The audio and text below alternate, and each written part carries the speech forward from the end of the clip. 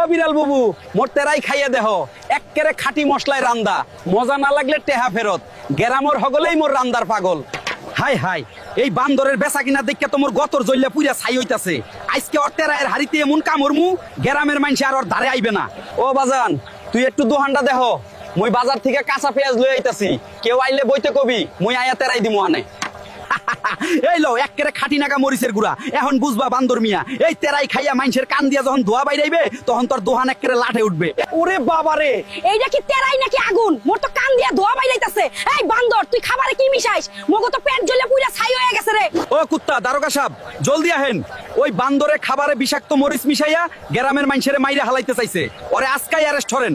কিরে বান্দর তুই মানুষের লগে বাটপারি শুরু করছস? তোর এত বড় সাহস, চল মোর লগে থানায়, তোরে আজকে জেলের ডাইল ভাত খাওয়ামু একেবারে সোজা বানায় দিমু।